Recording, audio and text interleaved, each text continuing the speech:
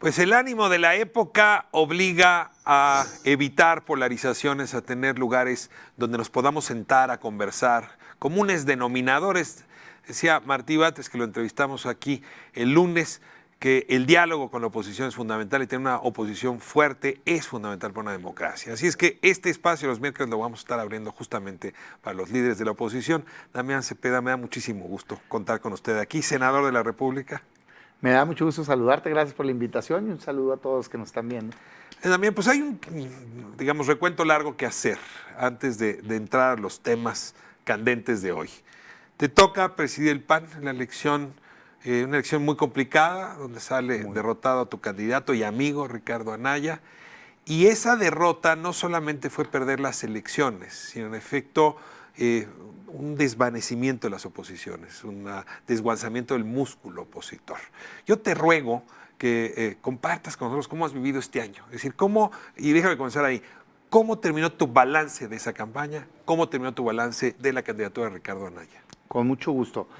Primero decirte que para mí ha sido, digamos, la máxima responsabilidad política ser dirigente de mi partido.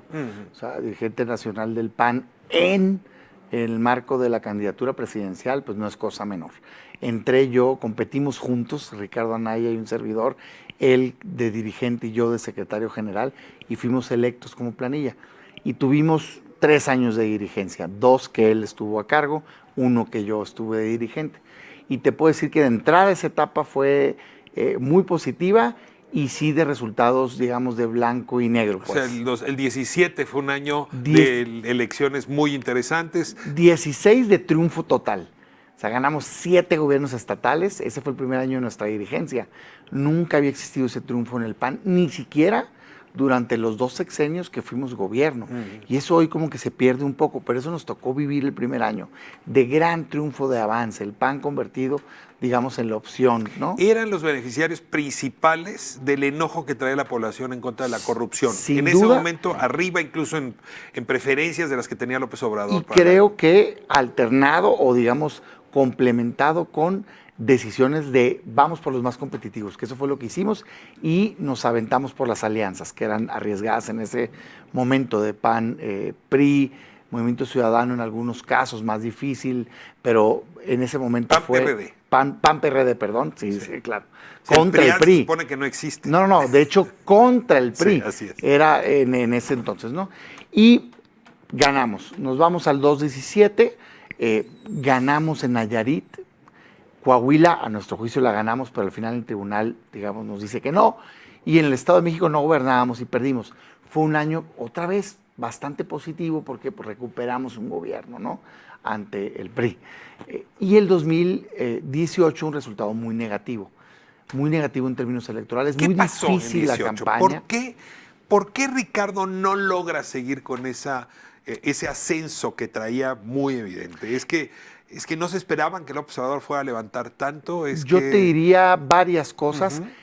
Al Consejo Nacional de mi partido, que obviamente rindes cuentas, le decía este recuento de, oigan, venimos de esta historia en esta misma dirigencia y creo que como toda cosa importante en la vida es multifactorial. O sea, por supuesto que lo que dejamos de hacer nosotros mismos al interior, la división interna. El pleito con Felipe Calderón y Margarita Zavala pesó. Creo que sí, pero no creo que haya sido determinante, pues, ¿no?, en el resultado final. Si tú me preguntas a mí, en mi opinión personal, lo que más tuvo determinancia en esa elección fueron 2 cosas. En primerísimo lugar, el ataque brutal que tuvimos de parte del gobierno, una invasión de la PGR, digamos, en la campaña, 3,000 notas de tele, 3,000 notas de radio, 3,000 notas de prensa. El señalamiento pues, ¿quién de Ricardo Anaya eso? como un corrupto. Sí, que hoy ya pues ganados todos los juicios y hasta condenada la Procuraduría, pues, ¿no? Digamos, por esa... Ninguno de los casos que aparecieron en los periódicos, ninguno de los casos que aparecieron en la PGR prosperaron. No, ninguno, por supuesto que no. Fue el no uso nada más eso, sino que se les ganó, digamos, en tribunal, hasta la fecha. Y... Bueno, pero, ¿cómo te explicas? Yo ahí sí tengo una duda. Es decir, el PRI utiliza sus herramientas para golpear al segundo lugar y con eso potenciar el triunfo del primer lugar. Sí, hay una cosa muy rara en su estrategia. a menos que el PRI hubiera querido que López Obrador ganara, pero no se entiende esa Yo estrategia. creo que en un primer momento pensaban que les iba a resultar, esa es mi opinión. ¿Cómo? Que rebasando a Anaya... El caso Estado de México. No los hicieron antes. O sea, le rompen las piernas a nuestra candidata con una acusación sin sustento y avanza del tercer lugar hasta el primero el candidato del PRI. Acusan a Josefina Vázquez Mota sí, también de corrupción. En aquel entonces pasó y al final pues se aclaró que no, pero mientras en la campaña ese fue el resultado. Me parece que eso mismo hacen en la campaña federal, un gran error a mi juicio, pero creo que lo hacen. Ahora, el muy país, duro, lo vivimos, fue un el momento país muy quería difícil. un cambio. O sea, yo tengo encuestas de esos meses y 8 de cada 10 mexicanos ya no queríamos más de lo mismo. No Sin queríamos duda. voltear a ver para atrás, queríamos un cambio radical. Y Ricardo Anaya no logra venderse como la opción del cambio. Más allá de los zancadillas y los plátanos que Lo que la pasa hayan es que lanzado. creo que fueron mucho más que zancadillas. Creo que fue el poder del Estado mexicano para destruir a alguien y eso me parece muy delicado. Pero déjame dártelo con datos. ¿Qué vivimos nosotros? Salía Ricardo, primero creíamos que Ricardo era la persona adecuada. ¿Por qué? ¿Hoy Porque crees que no era el adecuado? yo creo que era el adecuado. Sin duda alguna, creo que es una persona muy inteligente, creo que fue muy buen candidato, pero tuvimos toda esta circunstancia en contra. La otra opción, que era Margarita, yo respeto mucho. Más ciudadano. Había otras opciones más ciudadanas que ustedes exploraron, incluso coquetearon con ellas. A mí me parecía que, digamos, la opción adecuada era él y creo que estaba funcionando. Si tú regresas, vamos a tomar uno de los diarios de mayor circulación nacional, sacaba encuestas. Si tú ves la precampaña que concluye entre enero y febrero, más o menos, si no me equivoco, sube él 7 puntos y estamos a menos de 9 puntos de Andrés Manuel. ¿Qué le pasaba entonces al hoy presidente? Estaba topado. O sea, sí salía arriba de 31, 32, 33, dependiendo de si tomas la efectiva o no, pero no despegaba. Estábamos combatiendo, digamos, que la Anaya candidatura. Se desploma, es que despega. Empieza él, Anaya, a crecer y se acerca, y ahí es cuando el gobierno pues, nos quiebra las piernas. Y lo primero que pasa antes de que Ricardo se caiga es que Andrés Manuel rompe su barrera y se va, y ya nunca lo pudimos alcanzar. Y después se cae Ricardo. Ahora, no le fue bien en los debates. Yo diría, en alguno de los debates jugó un buen papel. Hacia el final, particularmente el de Yucatán, fue desastroso. Y ¿De quién? ¿De Ricardo? Yo creo que los ganó los debates. A mí me parece. Tengo la impresión de que el primero tuvo un buen desempeño, pero tengo la impresión de que ya él mismo dejó de creerse que podía ganar. Pero déjame pasar al siguiente momento. No coincido, ¿eh? Yo creo que hasta el final estuvimos luchándole, pero bueno, fue la realidad, ¿no? De pronto, no solamente es una derrota electoral. Hoy representan el conservadurismo, el neoporfirismo, el pasado. Son responsables, digamos, yo no diría no solamente por el discurso presidencial, sino por una mayoría hoy poblacional que les ha colocado en una circunstancia muy complicada. Y sientes a las oposiciones, te lo digo con franqueza, que no se pueden quitar de encima el San Benito, no pueden quitarse de encima ese señalamiento de ustedes son los responsables de que este país esté como esté. Yo te diría varias cosas. La primera es una elección, no otra cosa, ¿eh? 2 años antes nosotros arrasamos en las elecciones. Pero hoy, ¿dónde estamos? Es que es un país que cambia de opiniones, es lo que te quiero decir. Sí. Hoy hay ya mucho más acceso a información, aquí nos está viendo muchísima gente y creo que va haciendo un análisis más rápido el ciudadano y eso explica, por ejemplo, hoy la caída tan abrumadora de popularidad de Andrés Manuel que ahorita entro ahí. O sea, los 10 ¿Qué puntos pasa? Que pues más, andaba en 80, 70 saltos y ahorita anda en 56, 57, ya no nada más en Mitofsky, sino también en otro diario, no te digamos, pero bueno, es decir, ahorita llego allá. La elección que deja de ser significativo para una buena parte del electorado, que le era significativo. Yo creo que, hoy te hacía el análisis de qué pasó, sí. Me falta una parte muy importante. Creo que la más relevante es esa, golpiza, que perdimos la oportunidad de representar el cambio. Pero hay otra que sí es responsabilidad, digamos, de decisiones de al menos una parte del PAN. Y creo que hubo un momento en el que no se diferenciaba el PAN de quien estaba gobernando. Y ahí sí el PRIAN, que me decías ahorita, aprovechando mi error del señalamiento. Sí hay PRIAN. Es que sí hubo. Sí hubo PRIAN. ¿Por qué? Uno legítimo y uno ilegítimo. El legítimo, el Pacto por México. Una alianza pública hace aceptada, en donde compartimos una agenda y fuimos y la apoyamos. ¿Por qué? Porque creíamos que era necesaria para México. Eso cuando el gobernante estaba muy bien en popularidad, pues el PAN le ayudaba. Cuando se cae ese gobierno, el PAN se cae con él. Pero fue legítima, arriba de la mesa. Peña Nieto aceptada. Se los llevó al baile. No, yo creo que nos da primero el apoyo de su popularidad y después, cuando cae la popularidad de su gobierno, pues el PAN sigue la misma suerte. Cuando llevas la positiva y llevas la negativa. Pero yo te diría algo, lo volveríamos a hacer, ¿eh? Como PAN, apoyar una agenda de reforma educativa, político-electoral, financiera, no fiscal, en fin, muchos energética, pues era parte de nuestra visión de país, pero tuvo un costo político, es lo que te quiero decir. Esa fue la legítima, arriba de la mesa, pero hubo una ilegítima, abajo de la mesa, y esa me tocó combatirla mucho a mí de dirigente. Es real que un sector del PAN tenía una alianza y estaba apoyando al PRI, pues. Y ahí estaban. Y que quería José Antonio Meade. Pues claro. Había gobernadores del PAN y que legisladores y demás. Entonces, con eso vivimos. Y estábamos, digo, desplegados, en fin. Y eso no lo superó el PAN a lo largo de toda la campaña. Y ahora, fue muy difícil venderle a la ciudadanía que éramos un cambio, que te lo digo genuinamente, el candidato lo creía, un servidor de dirigente, y la mayoría del PAN lo creía, pero había un sector que pareciera decir, pues no, a mí me gusta como estamos, ¿no? Entonces, creo que eso no nos permitió encabezar la esperanza de cambio de la ciudadanía, entre muchos errores propios y demás, que en todo hay que hacer, pues, crítica, ¿no? Ahora, tienes dos expresidentes que han sido muy malos expresidentes. O sea, tienes que cargar con Vicente Fox, y déjame decirlo, y sus cada vez mayores torpezas, y Felipe Calderón y su cada vez peor envejecimiento. O sea, yo estoy sorprendido cómo Felipe Calderón no deja de meter el pie todos los días. Yo no sé qué trae. Y eso les hizo mucho daño, porque entonces, pues, ¿qué puede presumir el PAN? Dos presidentes, y te resulta que los dos no han sido muy buenos una vez que dejaron el poder y con muchas críticas durante sus mandatos. Pasa algo de lo que dices, pero el PAN es mucho más grande que esos dos gobiernos. O sea, tenemos hoy 10 gobiernos estatales, más de 500 gobiernos municipales, y esos dos gobiernos, con ventajas y desventajas, el balance, en mi juicio, es mi opinión, es positivo. Yo no soy un defensor, todo el mundo lo sabe, digamos, del pasado, ¿no? A ultranza. Creo que del pasado tienes que tomar lo bueno y rechazar lo negativo. Pero de que hubo estabilidad económica, de que se dieron los avances en transparencia, servicio personal de carrera, inversión en infraestructura. No, lo sé, pero lo que te quiero decir es que creo... echan a perder cualquier cosa buena que hayan hecho. Creo que fueron buenos gobiernos con errores. Particularmente creo que el principal error fue que no se rompió con las viejas estructuras del sistema que prometimos romper. Y se protegieron. Y yo creo que ese fue un error que nos costó al PAN. Dicho eso, y se les señala a ambos como responsables del nivel de violencia que traemos. Sin duda déjame irme a corte y ahora regresamos a hablar de estos dos gobernantes para acercarnos al presente. Con gusto. Damián Cepeda, él es senador del PAN. Estamos haciendo un recuento histórico. Habrá que ver dónde está hoy el Senado y hacia dónde va. También son preguntas para los siguientes segmentos. Siga con nosotros. Vamos a corte.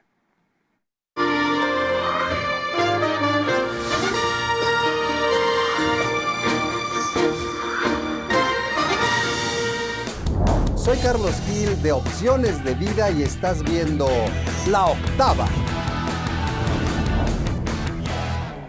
Ya, llegamos, por favor.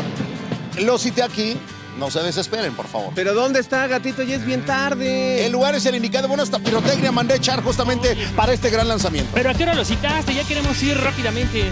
No sean desesperados, valdrá la pena la espera, Alex, te lo prometo. Nos la vamos a pasar muy bien arriba del antrobús.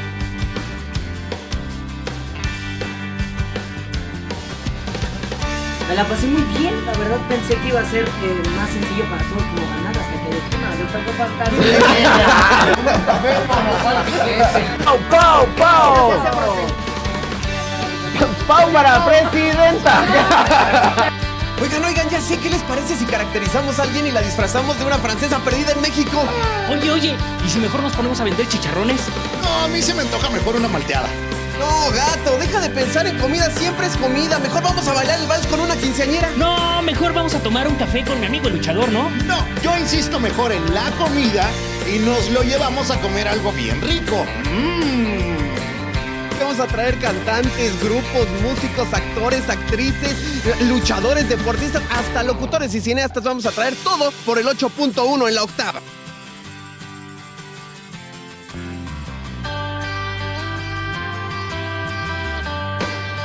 Siempre es lo mismo contigo, nos retrasas, Ahora resulta que yo soy el culpable. Pues échenme a mí la culpa de lo que pase. Acompáñenme, por favor. ¿De salsita? Nada de salsita. El café. Les vamos a comentar que tenemos unas secciones importantísimas como Descompone tu canción y la pregunta por pregunta. Ah.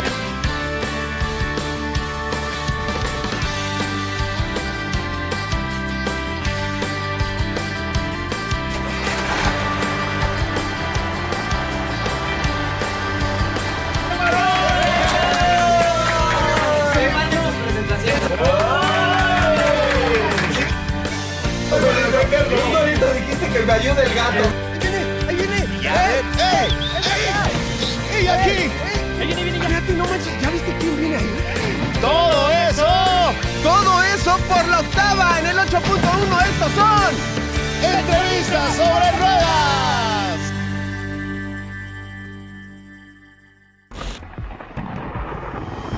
Todas las noches, en cualquier parte, en cualquier lugar, puedes encontrarte historias macabras, espeluznantes, terroríficas. Y aquí las tenemos todas. Todos los días, a las 11:13 de la noche, atérrate con una nueva y verídica historia. A lo lejos, entre la penumbra, un hombre sumamente atractivo, alto, de complexión robusta y elegantemente vestido, la miraba fijamente desde que llegó. Casi sin parpadear, analizaba cada movimiento que hacía, cada paso que daba. No te pierdas las noches de terror de la octava.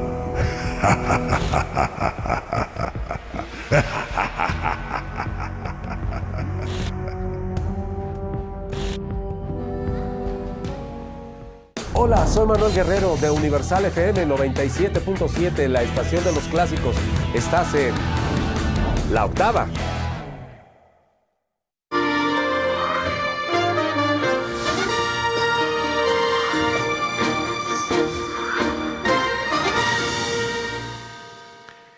Estamos de vuelta en la octava. Soy Ricardo Rafael, @RR en Radio Centro, @Ricardo M. Rafael, también en Facebook con mi nombre, en la plataforma de la octava, en YouTube. Estamos con el senador Damián Cepeda. Damián, muchas gracias. Estamos justamente en este tema que es muy álgido, el papel de Vicente Fox y Felipe Calderón, particularmente en el tema de inseguridad.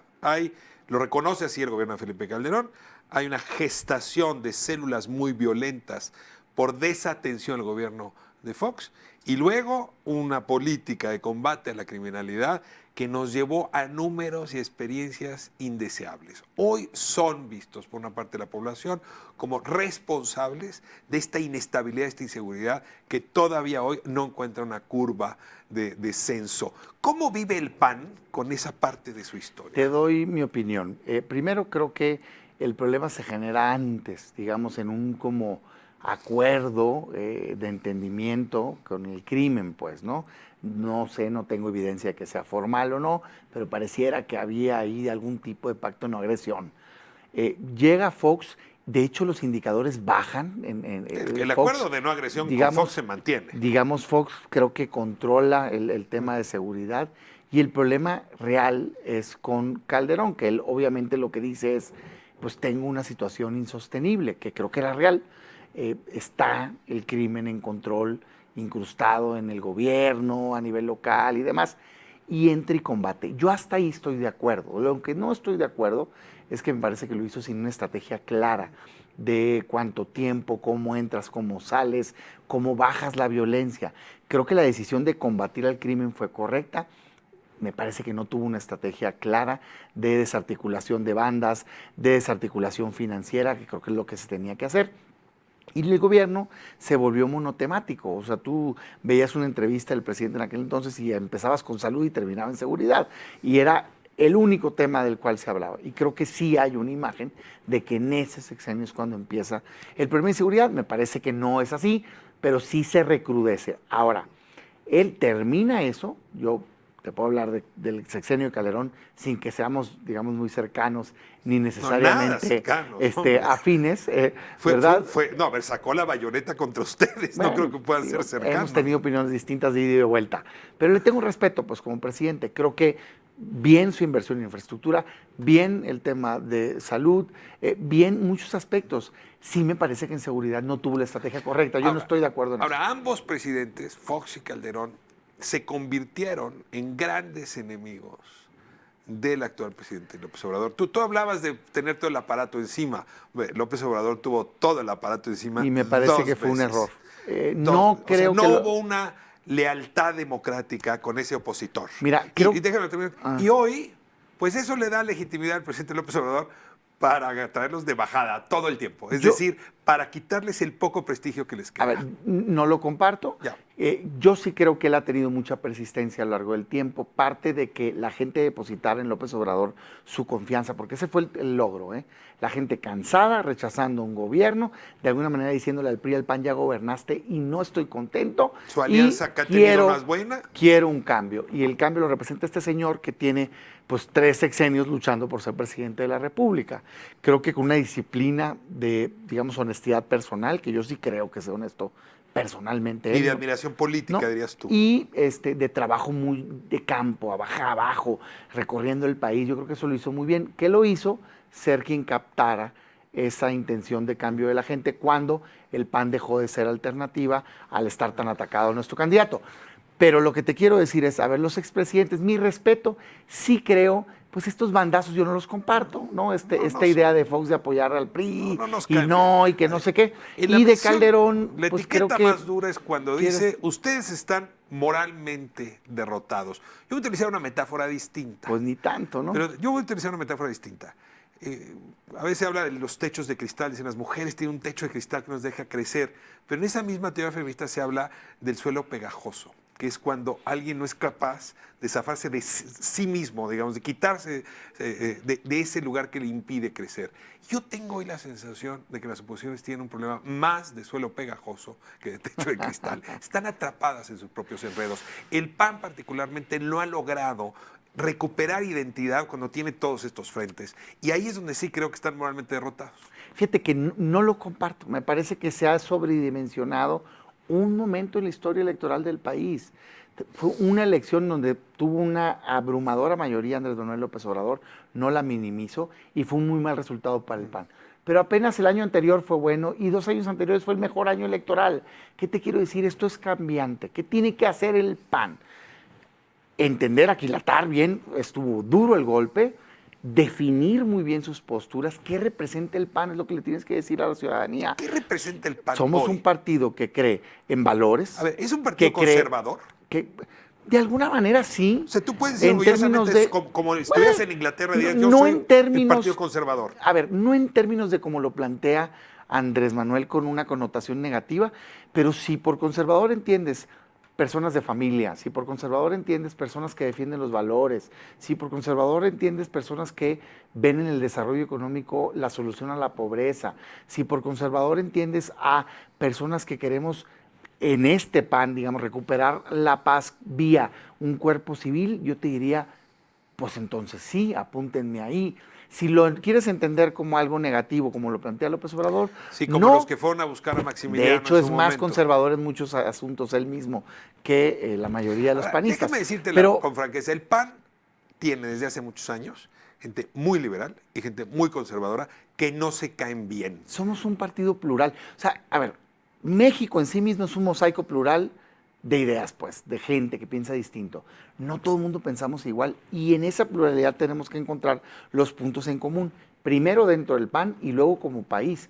Yo que sí creo que pasó en esta pasada elección, el golpe estuvo tan duro, digamos, de la popularidad de Andrés Manuel, más toda esta campaña en contra, más nuestros propios errores, más lo que quieras, que Donde sí se desequilibró, fue en el Poder Legislativo. O sea, se llevó de más, pues, digamos, a la Cámara de Diputados y la Cámara de Senadores. Primero por el voto, pero también por una sobrerepresentación legal, una trampa legal y las alianzas. Morena en Cámara de Diputados y de Senadores no tuvo el más del 50% como Andrés Manuel. Tuvo 30 y tantos %, pero si le sumas sus aliados y si le sumas la sobrerepresentación que permite la ley, es como logra 2/3 partes en Cámara de Diputados y mayoría abrumadora en el Senado. Entonces te deja desequilibrado, la gente no votó por eso. Si fuera voto duro, digamos proporcional directo, no tendría mayoría Morena en las cámaras. Votó por el presidente, no por su partido. Exacto. Entonces, hoy ¿qué tienes? ¿Tú distinguirías, a ver, entre López Obradorismo y morenismo? Yo creo que Morena en sí mismo no existe, digamos, ¿Todavía? Es como una amalgama de distintos pensamientos con un líder, un caudillo, que es López Obrador. A mí me parece que regresas décadas atrás al viejo sistema del PRI, de hace mucho, de hecho, no de los últimos años. Y eso te hace... Te doy un argumento en contra de lo que estás diciendo. Mira cómo se está partiendo Morena en la discusión del presupuesto. No hay un caudillo que ordene todas esas huestes. Vas a ver no que pueden sí. sacar ni el presupuesto. Vas a ver que sí. Con gritos, sombrerazos, pero al final pues no los hicieron firmar una carta en apoyo. Al final, cuando él gira una instrucción, Morena obedece. Esa es la verdad, lo que hemos visto nosotros este año. Entonces déjame regresar a ver qué tenemos que hacer. A mí me parece que hoy el PAN está llamado a hacer lo que la gente le dijo que es en este momento, el principal partido político de oposición de México, con 10 gobiernos estatales, con más de 500 gobiernos municipales y la principal fuerza de oposición en las cámaras. Alineas, porque claridad de ideas. Dices que yo entiendo la envidia. O sea, por lo menos tienes un presidente en Morena que ordena su partido.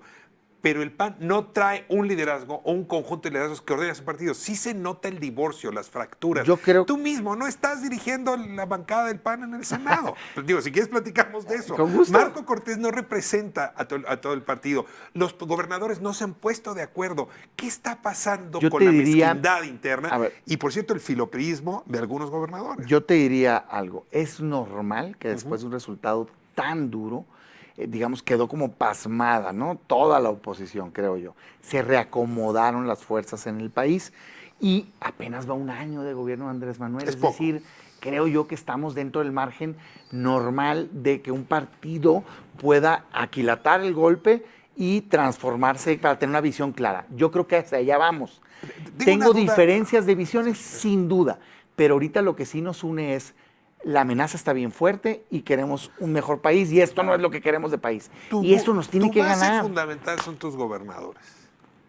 Y el federalismo mexicano hace que un gobernador no pueda gobernar si no tiene buena relación con la federación. Yo no estaría tan de acuerdo en la premisa de que la base del PAN son los gobernadores. Mira. Nunca lo ha sido. Los respeto mucho. Ahí todo no está el la fuerza. apoyo. No, pero creo que un gobernador que ya fue electo tiene que gobernar para toda la ciudadanía. Exactamente, no puede tomar posturas no puede pelearse políticas, con el presidente. No le toca. Pero ¿Tú no ni ves siquiera... a Javier Corral tomando distancia es con un el hombre que presidente yo López respeto Obrador? mucho, defiende sus ideas, pero tiene un trabajo que hacer para todo Chihuahua, en donde tiene bajo su gobierno la pluralidad. No le toca marcar posturas políticas. El gobernador de Querétaro, vamos a hablar le de él. toca al partido y particularmente a las cámaras dar los debates políticos y, claro, a los gobiernos estatales y municipales, en cuanto les están viendo afectado el interés de sus ciudadanos, defenderlo. Pero creo que sí cada quien tiene que tener su rol. A ver, me impresionó mucho lo de Francisco Domínguez. A ver, el gobernador de Querétaro dice no respetar el nombramiento de la presidenta de la Comisión Nacional de Derechos Humanos. Bueno, a ver, ahí lo que está es tomando posición contra el presidente. Me gustó fuerza. Es la primera ocasión... ¿Tienes un argumento contra lo que estás diciendo? No creo, porque esto sí le afecta a los intereses de, digamos, todo Querétaro. ¿Por qué?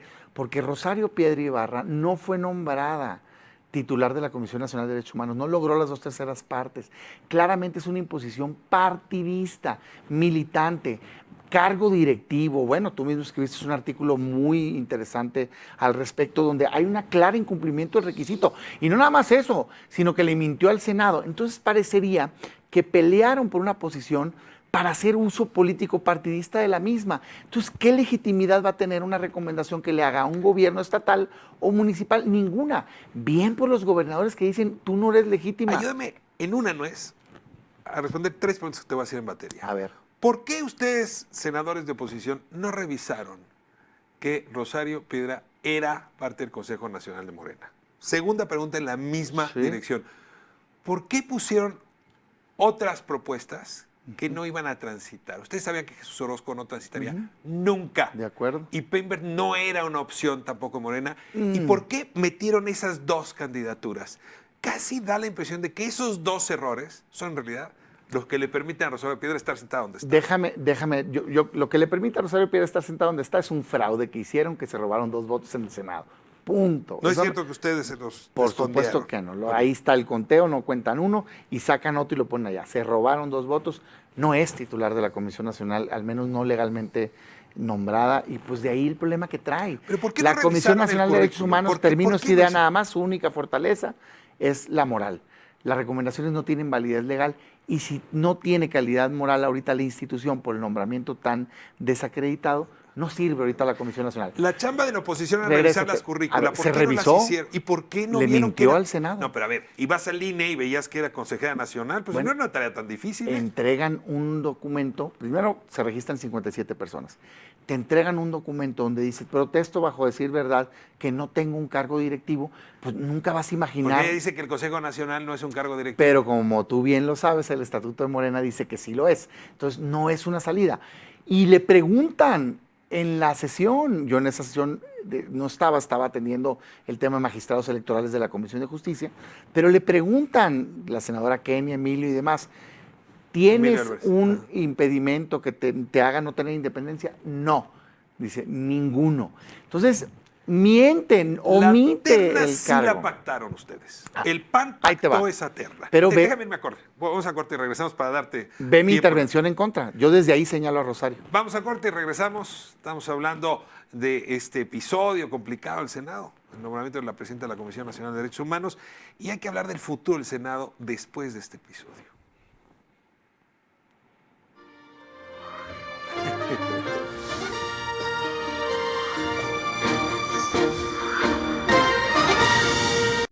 Hola, soy el doctor Ricardo Esquivel, del Centro Médico por tu Salud. Estás viendo La Octava.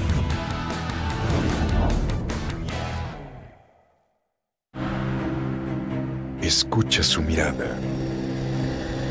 Escucha su habitación. Escucha sus amistades. Escucha sus horarios. Escucha su soledad. Escucha su corazón y muéstrale que no está solo. ¿Y a ti quién te cuida? Mis papás. ¿Y quién cuida a tus papás?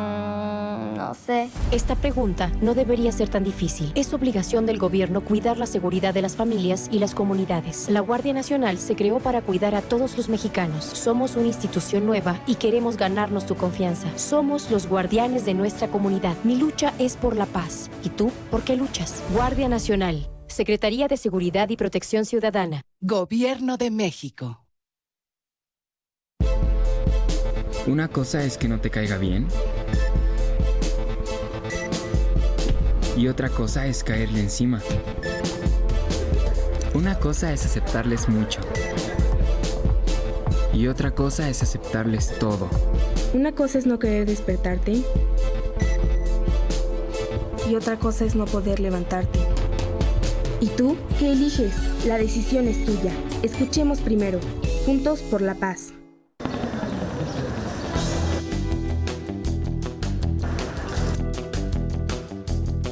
Soy guerrero. Soy guerrera. Soy guerrero. Soy guerrera. Soy guerrero. Soy guerrera. Soy guerrero. Soy guerrero. Soy guerrera. Soy guerrera. Soy guerrero. Soy guerrero. Soy guerrero. No hay problema, Willy. Ellos también son guerreros. Quería estudiar periodismo, mi familia no podía pagarme, yo vengo de una familia muy humilde, orgullosamente nieto de un albañil. ¿Practicas algún deporte? En mi casa sí, pero no. Ya estoy llorando. Bienvenidos a Guerreros, un espacio en el cual descubriremos muchos aspectos de nuestros invitados. Con mi papá y con mi mamá y les dije, yo quiero ser artista. Y me dijo mi papá, ¿con H o sin H? Perdón. Donde yo empezaba como conductor de noticieros, hace como 500 canas menos y... Ándale. ¿Eres influencer? Sí. Sí, se sufre un poco, por supuesto.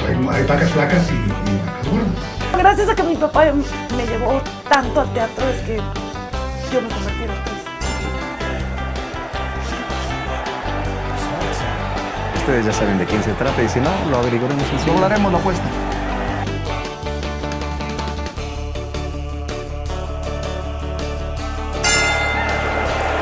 ¿Tu profesión tiene que ver con el deporte? No.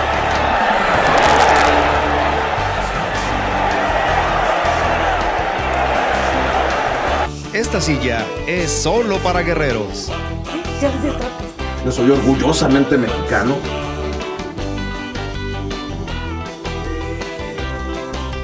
No te pierdas Guerreros. En la octava, aquí en el 8.1.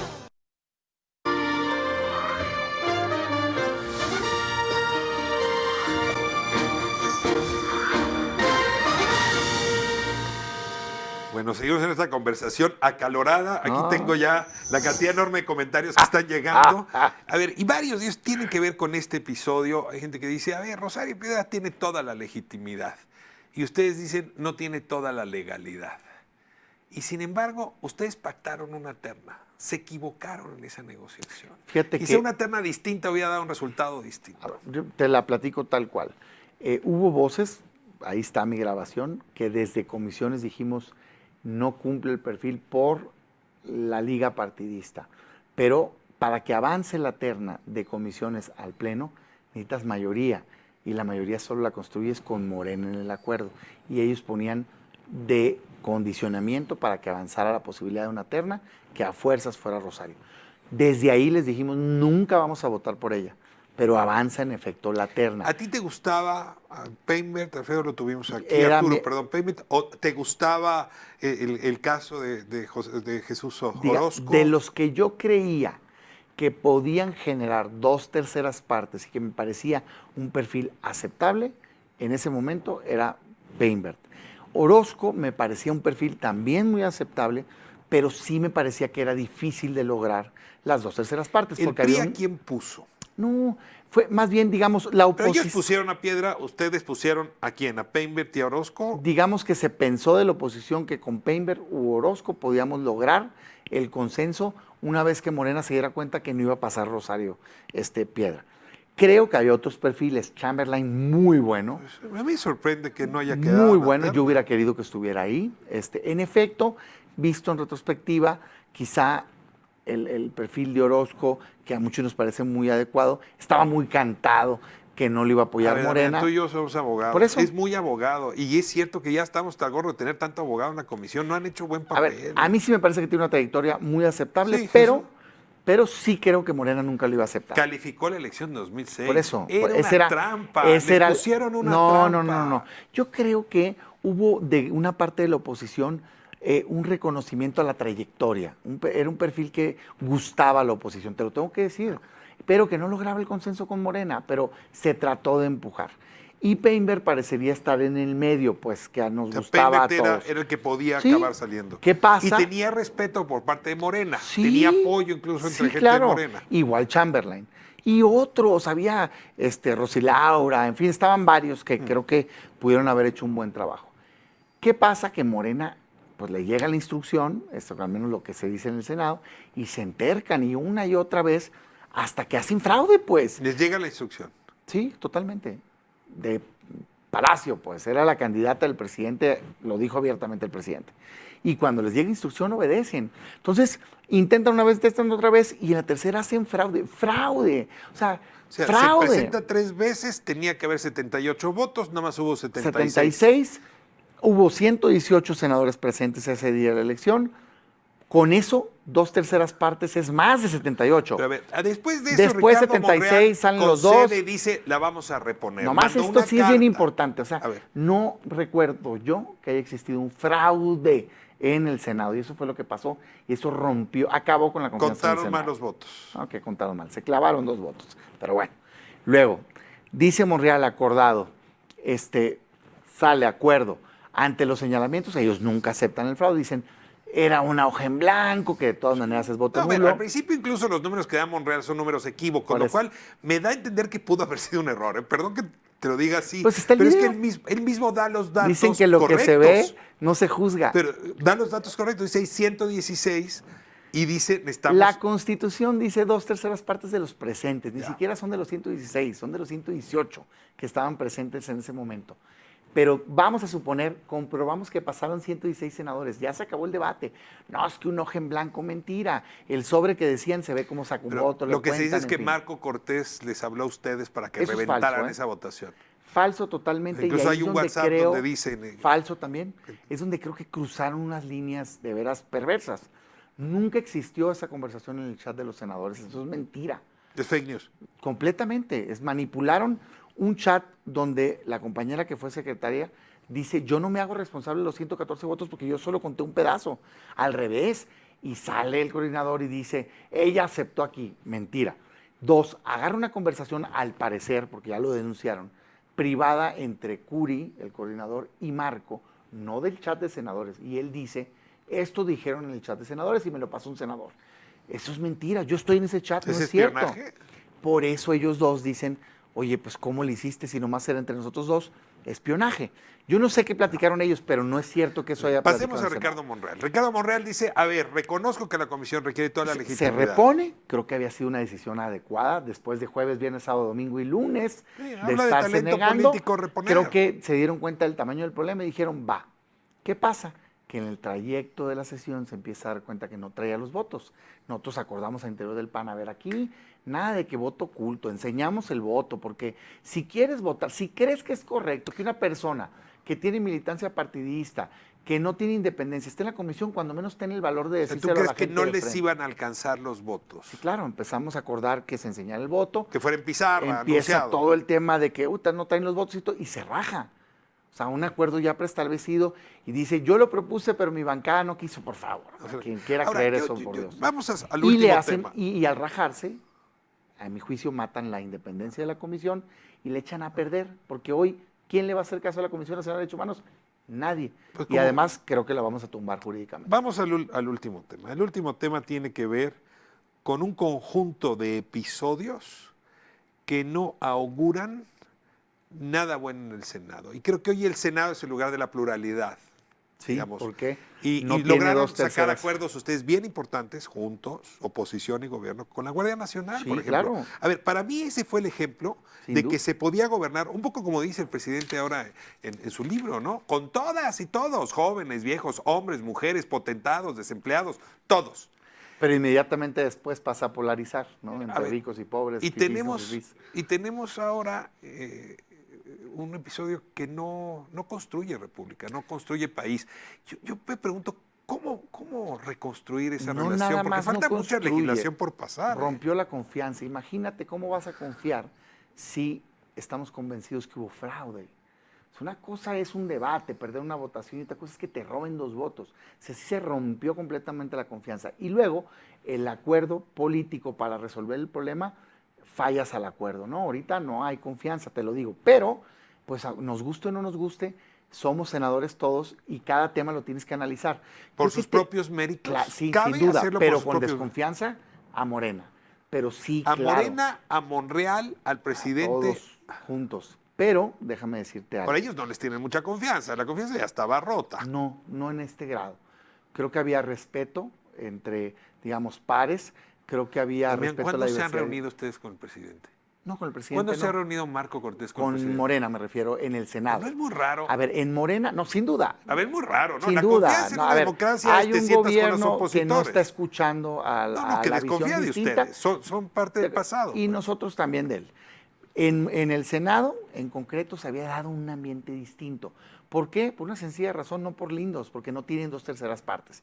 Y la oposición, PAN, PRD, Movimiento Ciudadano, el Independiente y el PRI, no de manera automática, sino por causas, porque hay que entender que somos partidos políticos distintos y pensamos distinto, empezamos a aglutinarnos en ocasiones. Muy difícil, ¿eh? Reforma educativa no pudimos, pero en Guardia Nacional sí. Evitar la militarización del país y fortalecer un cuerpo civil, dándole 5 años de permiso especial a la milicia para apoyar. El presidente, ¿qué hace? Abusa de esa confianza, que logramos un buen marco jurídico y de todas maneras militariza el país. Hicimos muy buenas rondas en temas sobre todo de justicia y muchos más, en nombramientos y demás. En otros no. ¿Qué pasa? Ahorita se rompe la confianza y pues hay que construir de nuevo por temas. ¿Yo qué creo que tiene que hacer en este caso el PAN? Blanco y negro. La indefinición, las zonas grises nos ha costado mucho. O sea, oposición, punto. No, blanco y negro. Si está bien, hay que apoyarlo. Si tenerle 100%. miedo a que nos costó porque apoyamos a Morena. Está bien, apoyo. Está mal, doy la batalla a donde tope, aunque te ganen. Ahora, que la ciudadanía eso sepa. implica que el PAN tiene una misma visión sobre qué es blanco y qué es negro. Si ahí está vamos. dividido, ¿cómo le hacemos? Ahí vamos. Poco a poco, se está haciendo, digamos, amalgama, se está haciendo la bola de nieve, donde estamos cada día más remando para el mismo lado. Hoy lo vieron en Comisión Nacional de Derechos Humanos. Legisladores, gobernadores, alcaldes, dirigencia, todos hacia el mismo lugar. Yo creo que ese es el camino. ¿López Obrador nos está cuestionando? Yo creo que nosotros mismos en esta lucha. Pero sí, a ver, López Obrador, déjame darte Con esto cerramos. mi opinión de él. Creo que es un buen ser humano, sí, pero creo que es un pésimo presidente. O sea, creo que fue un muy buen candidato. Es muy querido pero como para muy ser mal. pésimo Por eso, presidente, ¿no? Presidente sí, en datos objetivos.